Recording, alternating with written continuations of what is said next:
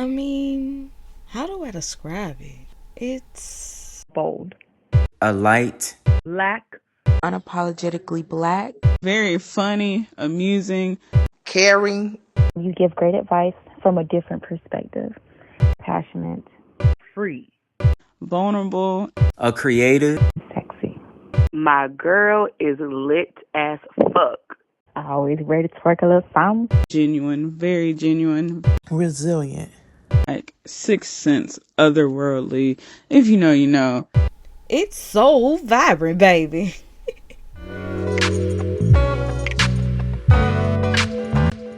Hello, everyone, and welcome to So Vibrant, the place where music, history, and culture collide.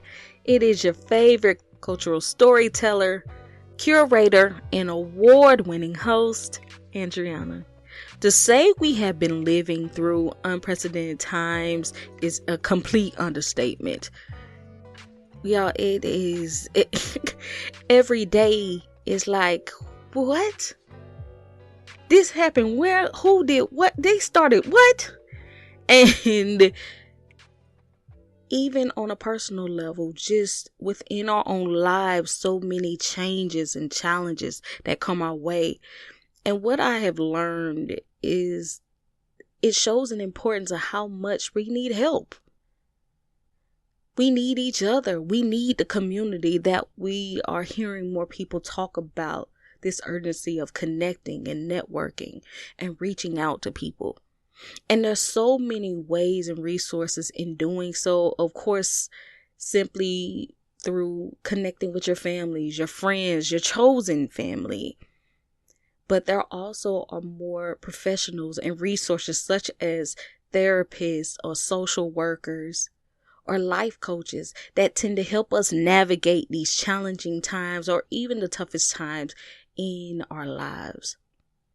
So that's why today's episode is so special, because as you've seen throughout my podcast, I've interviewed different people, from my friends who are therapists who use their creativity to make people learn how to connect with themselves and each other, even all the way, shout out to my girl Cassandra, who talks about the importance of touch and the physical connection being a vital part of building community and being with one another.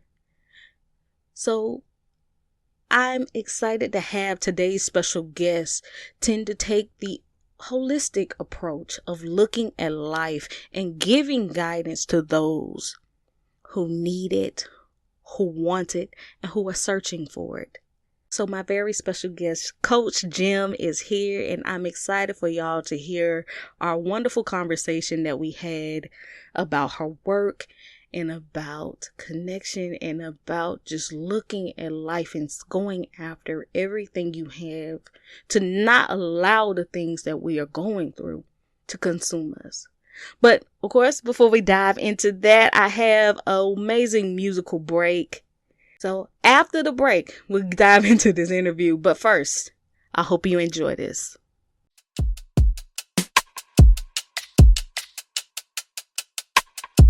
Ain't it so funny how life goes? All the ups and downs and a cycle, yeah. Just trying to get it right though. With every new day, new battles. That's just how it goes. Keep you on your 10 toes, ayy. Let it all unfold, babe, babe. Let it ride like the tides when the waves come in. And on the other side, you may find why you made the trip, yeah. I know you realize the divide in the way of life you can't have. Keep without the yeah. Ebbs and flows. Let go of what you can't control. I made some peace out to my pain. Life ain't moving fast like a speed train. Still thankful for the bad days, 'cause they be working out in their own way. And that's just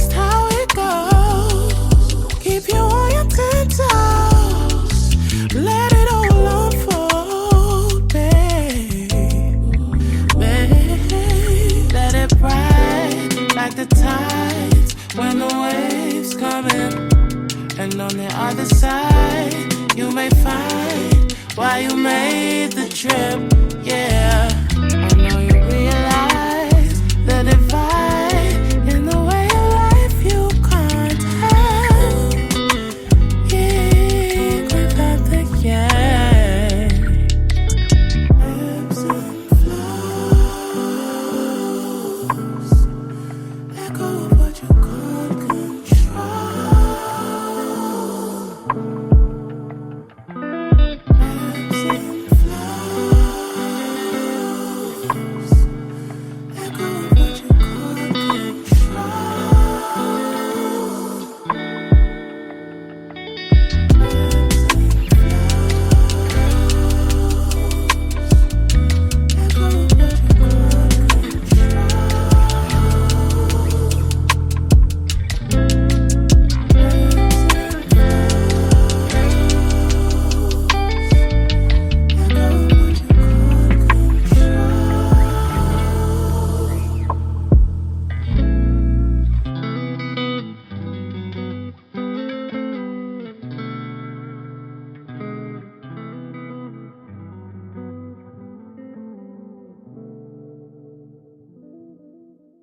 And that was Shae Universe with Ebbs and Flow, which is a beautiful transition into today's show and special guest who is here to help us understand her connection and how she helps us with the ups and downs of life.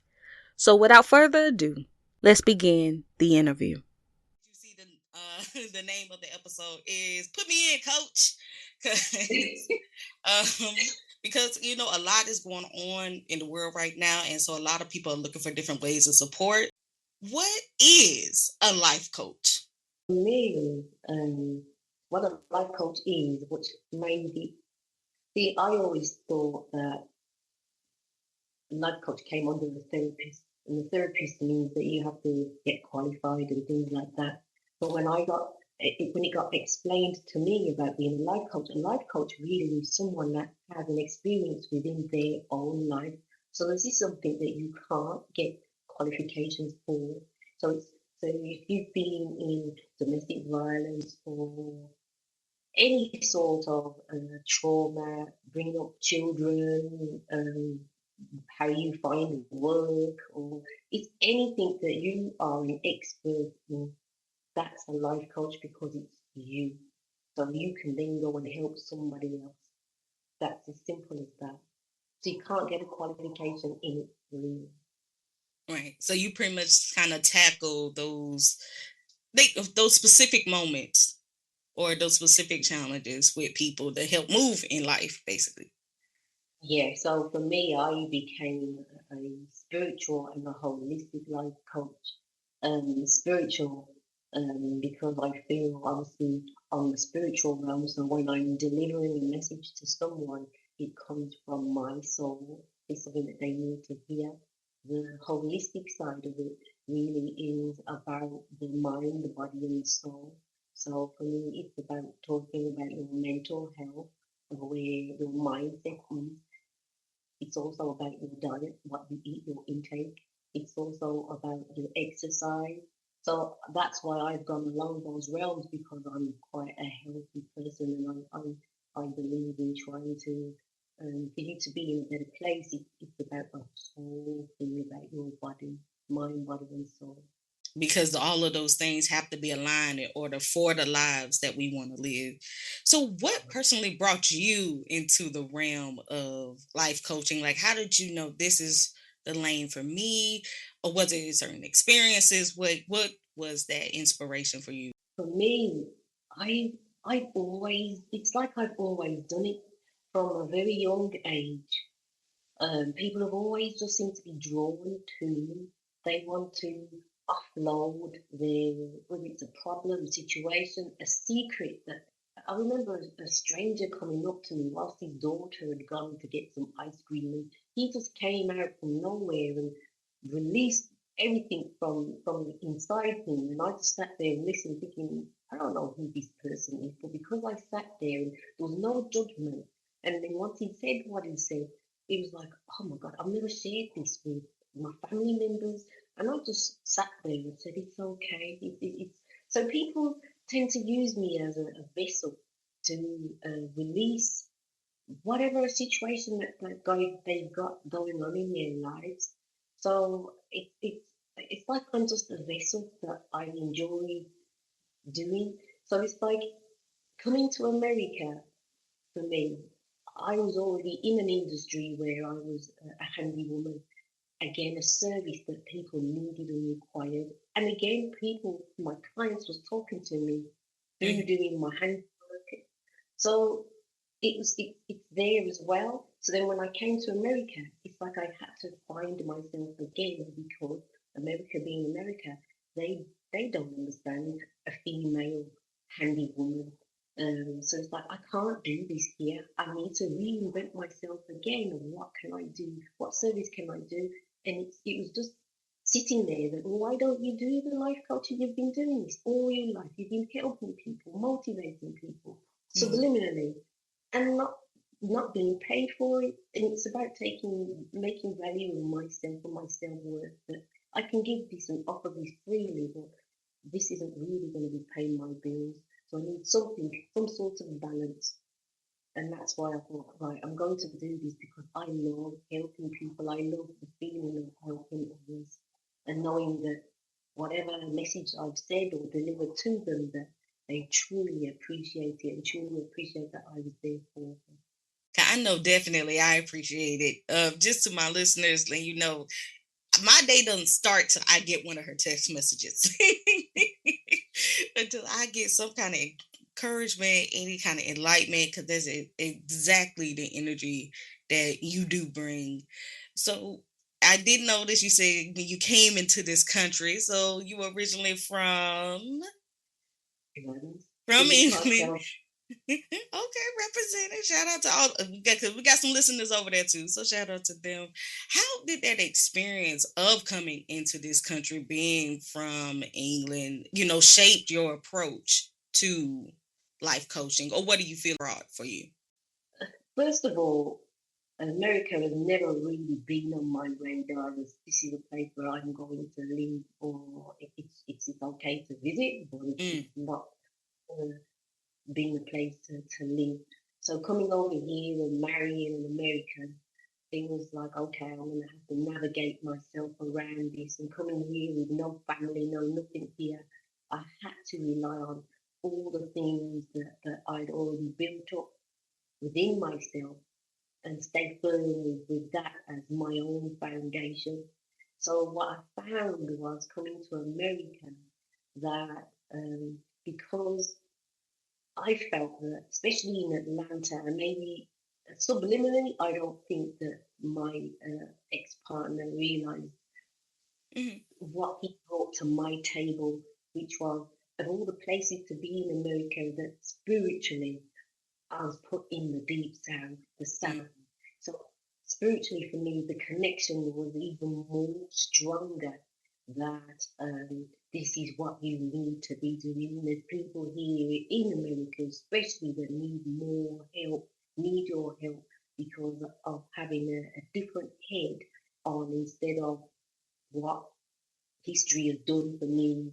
I see what history has done, but for me, I'm not holding on to that. I'm realizing that, okay, they've done that. And I'm not saying let's forget about it. I'm saying, yes, we need, but we got to move on somehow to be that better person because we are here. We're all here for a reason. So if we're going to keep holding on to what he or she did and what he or she did in your family, we're not it's like you're not living within your purpose. It's a bigger picture. We're all living a bigger picture than this, and this is what we have to recognize.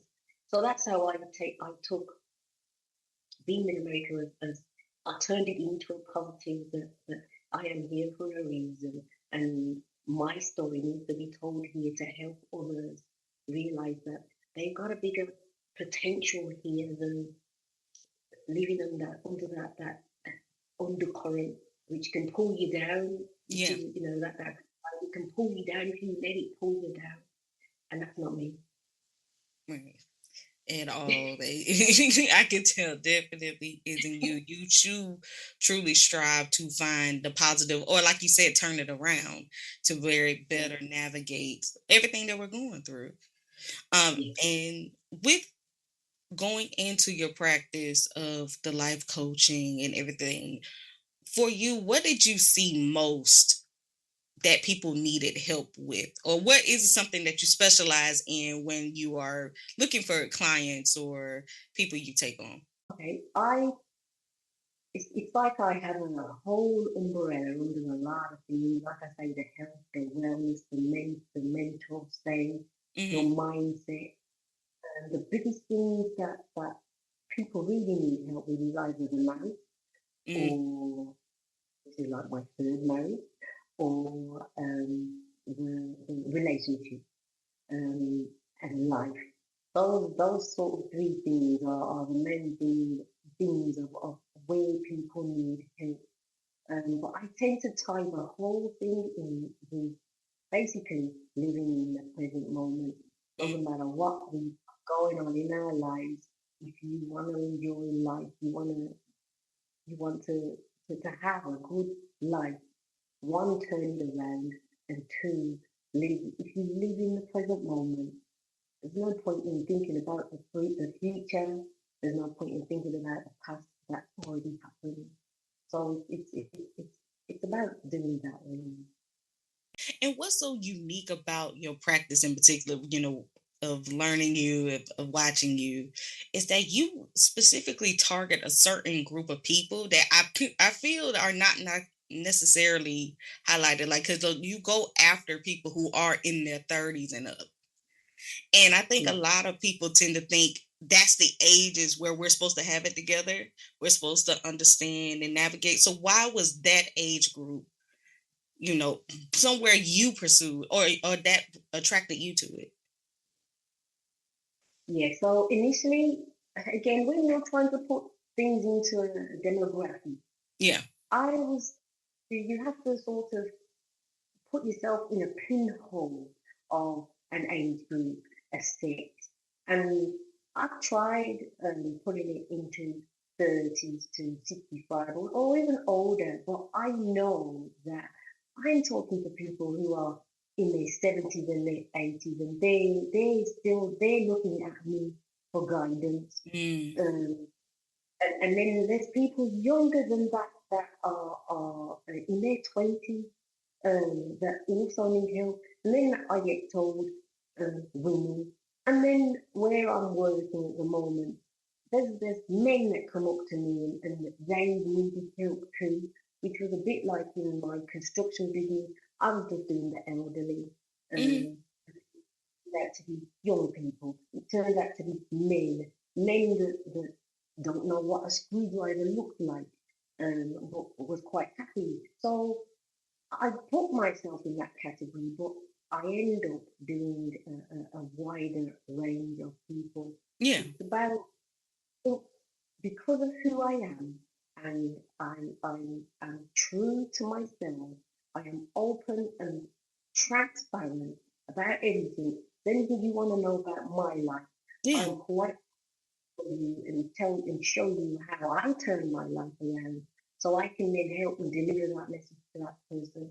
So everyone's still an individual to me, but whatever you share with me, it's a personal thing, and the message is still feels like it's been delivered to that person personally. It's just a real unique skill and an ability that I've got. Yeah. And the next thing that I've got is that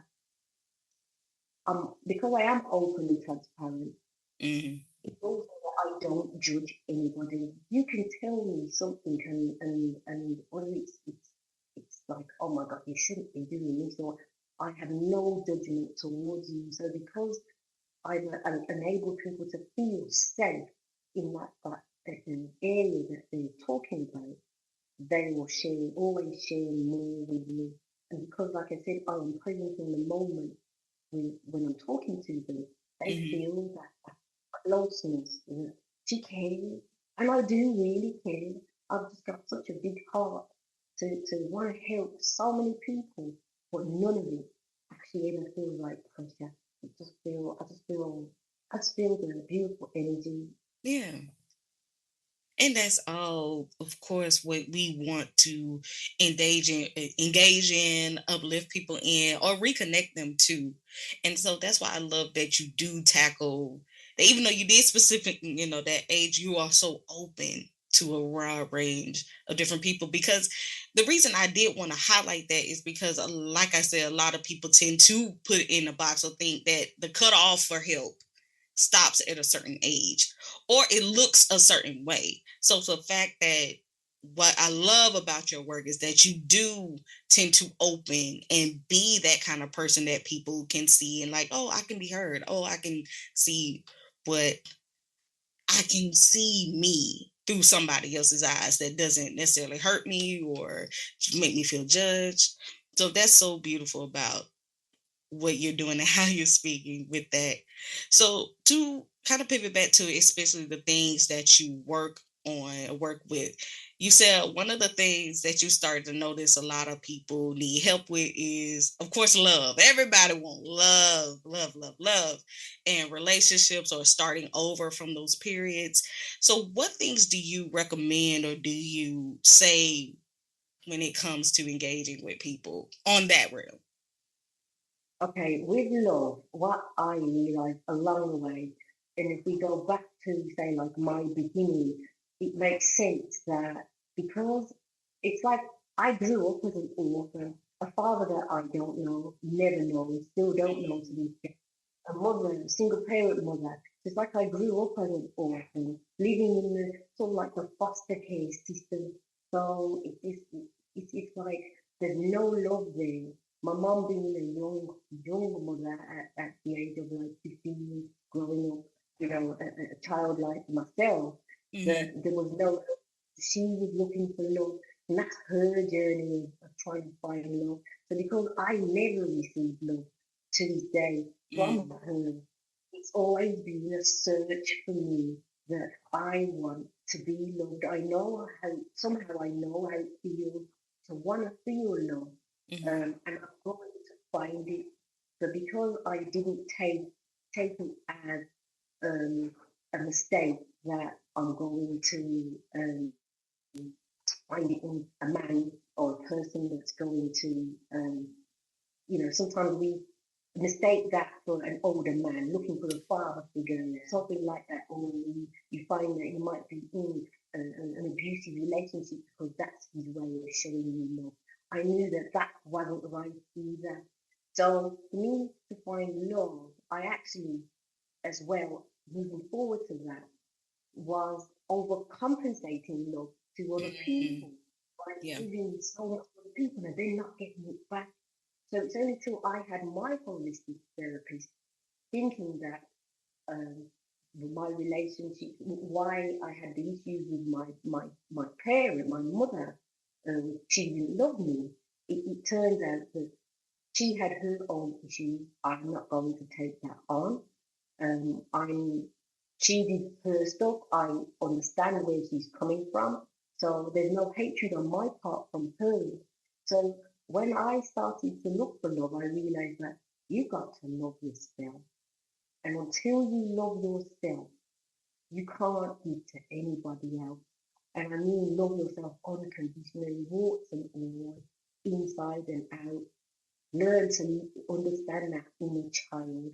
That's where this comes from. Giving to that inner child that something was neglected from the parent, but somewhere we are stuck to go back and find that inner child, love her, if you're a man, love him, and then once you start giving to that inner child, if everything starts to fall into place, that's where the initial love came from, of why if I'm giving help to anybody else, that's the start of like a three-part sequel that I've got going on at the moment. But love is the first thing of yourself, not taking any rubbish from anyone that you are these people blaming you that a relationship hasn't worked out because you did this and pointing fingers.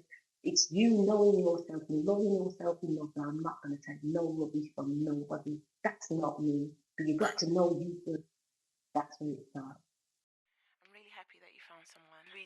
truly honest, I think she's fake, and I'm worried about you, to be honest, so let's give me a call back. I just wanna make you feel good, feel good, feel good, feel good.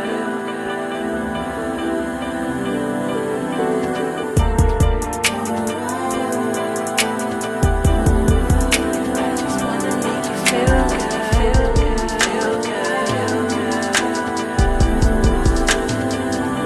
I'm gonna love you with no limits. I'm gonna give you something that you'll never forget. Wanna love you because you're perfect, and I had to let you know because you're worth it. So maybe you should close your eyes to what's been blinding you. Your perfection is irresistible. So how about you give me a day to be in your space? Let me come to your place and show you all the ways I love you. Hey, let me blow you away. I'll make everything okay, baby. I bet you don't know how special you are. Don't even know, no. And I won't go until you know, baby. Your eyes, your thoughts, personality. Even if we were out in the streets, I love you. That's the thing, baby.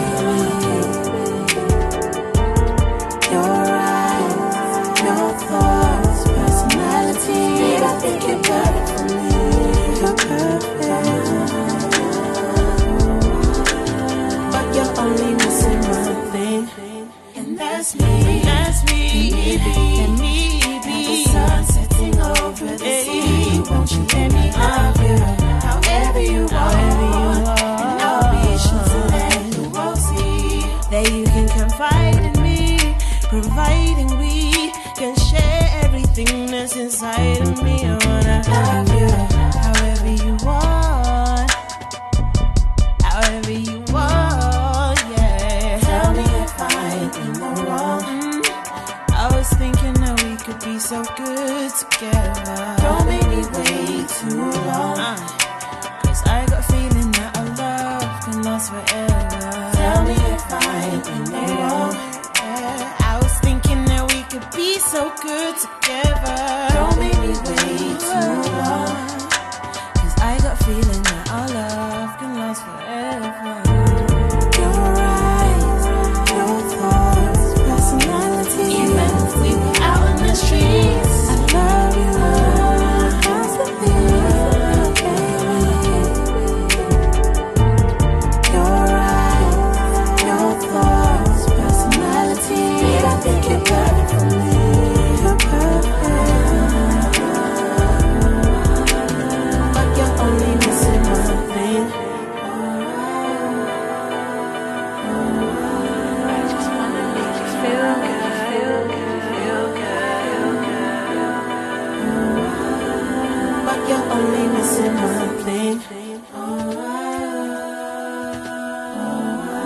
I just wanna make you feel good, feel good, feel good, feel good.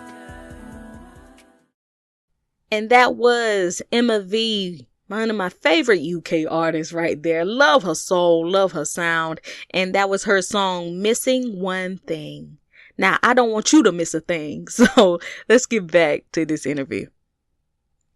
And that's what loving yourself means, is knowing yourself fully in every way of that.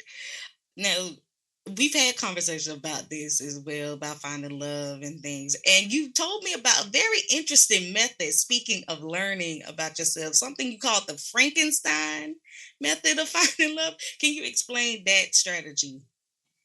Yeah, and that is part two. So once you've loved yourself, then you can start in between all that, trying to find a partner. So you would have had relationships, whether they're long ones, short ones, 5-minute ones, that when they don't work out, it's about sitting still and pulling out all the good. What was the good thing that you found in that relationship? Maybe they gave you gifts, or you have to know what you want in a partner. So there has to be a list of, I want a man to love me, care for me, show me attention, whatever your love languages are as well. An amalgamation of a lot of things. But to find that Frankenstein partner is basically taking all the good bits that you enjoyed in that partner, and then you left that person or ended because that was something you didn't want. But we don't want to focus on what you don't want, because if you focus on what you don't want, that's what you're going to be bringing into. Because this is what the universe here. I don't want a man that does this, that, and that. That's all it's heard. So you always have to turn it around and bring in the positives. So find all the positives, and then you merge them all together and have your list. Yes, you have this and this and this, and I like this. And by the end of you finding your partner, it doesn't matter how long it takes, whether it's you in your 50s, and I'm in my 50s now, but in your 50s, 60s, or 70s, there's no time scale, but you have to take all the good bits of your Frankenstein, merge it all together, and it creates such a beautiful partner.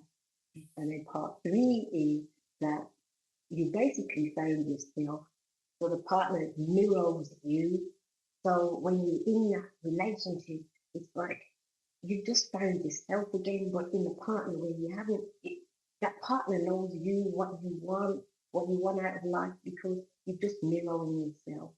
So that's the key part of your Frankenstein, and finding love and the end. Right. And of course, the process can be done multiple times because the things we want can change over time, right? Yeah. This is right. The Frankenstein. It's an interchangeable thing, that something that you might. This is this list. Some things are maybe like the toilet seat. Some people's like, oh no, I'm not dating a man that has the toilet seat up all the time. It has to be down. Some things are deal breakers for some people. Some Right. things are, I don't want a man or a woman that's got a pet or an animal or a dog, or children.